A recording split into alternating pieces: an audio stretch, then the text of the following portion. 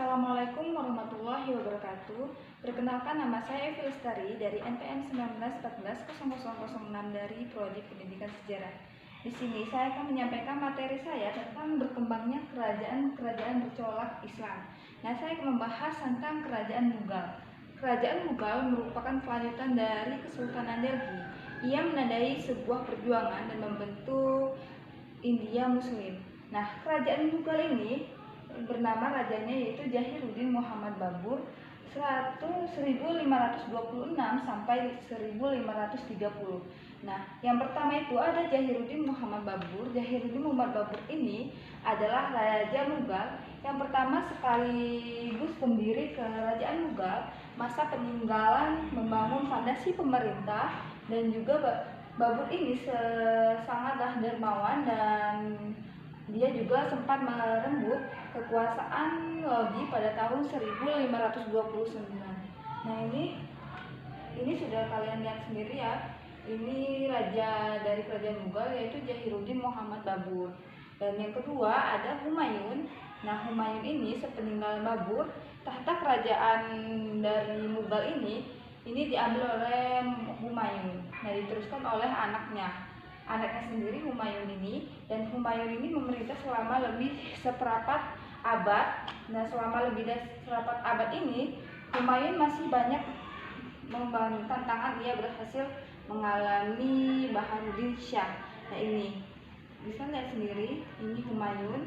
Dan yang ketiga ada Raja Jahangir. Raja Jahangir ini, kepemimpinan Jahangir didukung oleh kekuatan musuh yang digerakkan oleh pemberontakan berhasil dipadamkan juga. Nah, ini juga, dan ini sosok dari Jahangir, sehingga seluruh rakyat hidup itu memang udah kesepakatan dari Raja Jahangir itu sendiri. Dan yang kedua ada Akbar Shah. Nah, Akbar Shah ini pengganti dari Humayun yang ini.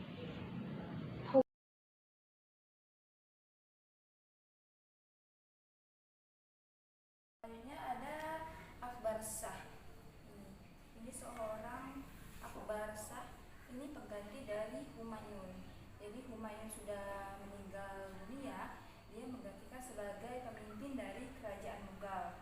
Nah, Humayun ini raja Mughal yang kontroversi, dan juga masa pemerintahannya dikenal sebagai masa kebangkitan dan kejayaan. Jadi dengan Kerajaan Mughal ini, masa kebangkitan dari Kerajaan Mughal ini dipimpin oleh Akbar Shah. Ini Akbar Shah sendiri. Dan yang selanjutnya ada, selain dari perkembangan politik dari Jahiruddin Muhammad Babur dan juga Humayun, Jahangir dan Akbar Shah, selanjutnya ada bukti dari karya sejarah dari negara Mughal itu sendiri. Yang pertama ada Taj Mahal, yang kedua ada Masjid Muti, dan yang ketiga ada Benteng Merah, ada Fatehpur Sikri. Nah, yang pertama itu ada Taj Mahal. Nah, untuk Taj Mahal ini merupakan salah satu keajaiban dunia yang di bidang seni bangunan. Jadi seni bangunan dari Taj Mahal ini bangunan makanya terletak di pinggir Sungai Jahamun. Ini yang kedua ada Benteng Merah. Nah, ini Benteng Merah. Ini ada benderanya juga. Nah, pada tahun 1838 Shahjadan ini mulai mengembangkan Benteng Merah. Ini pendirinya yaitu Shahjadan membangun Benteng Merah. Fungsi sebagai Benteng Merah ini sebagai istana atau taman-taman. Jadi bisa untuk santai juga di Benteng Merah ini. Nah, yang ketiga ada Masjid Moti. Masjid Moti ini seperti masjid biasa, tetapi dia sudah seperti bangunan kuno. Ini banyak pintunya juga, dan Masjid Moti ini adalah mutiara bangunan tempat ibadah yang terletak dalam kompleks yang Benteng Merah juga. Arsitekturnya ini menonjol dan bangunannya masjid adalah desain lekung. Jadi ini memiliki lengkungan. Jadi ini seperti masjid. Yang keempat ada Fatehpur Sikri. Fatehpur Sikri ini adalah kota yang dibangun oleh Sultan Akbar pada tahun 1569 untuk mengenang seorang sufi dan wali Allah bernama Hajrat. Nah, ini Fatur Sikri. Ini bangunan kuno juga. Selanjutnya ada bentuk-bentuk kemajuan dari Mughal.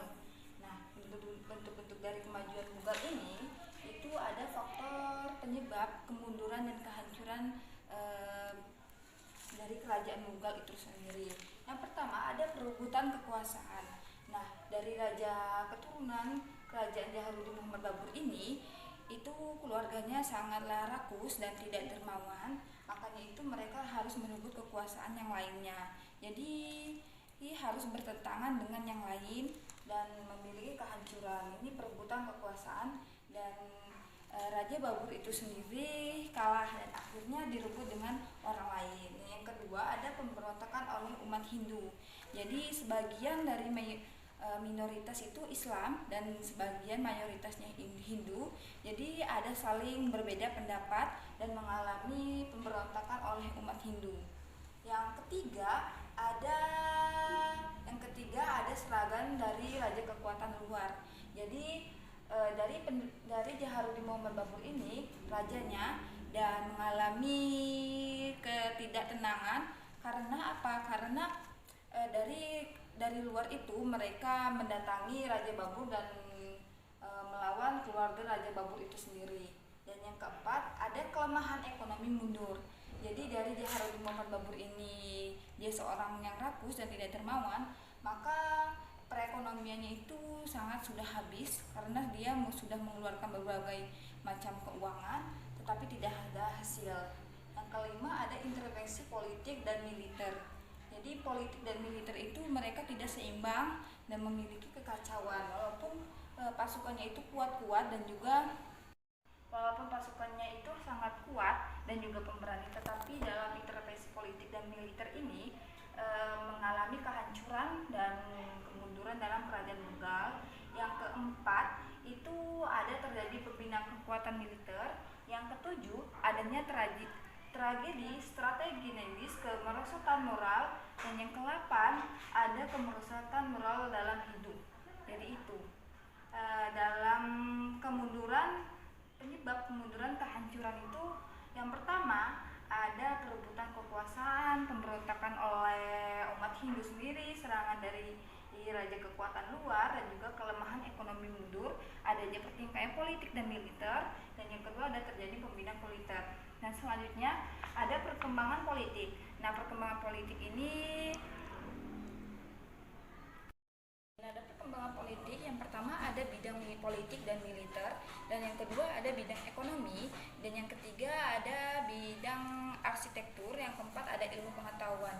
Nah, untuk bidang militer ini itu harus memiliki kekuasaan ataupun prajuritnya itu harus kuat dan juga pemberani, dan itu bisa disebut dengan gajah berkuda. Dan yang kedua ada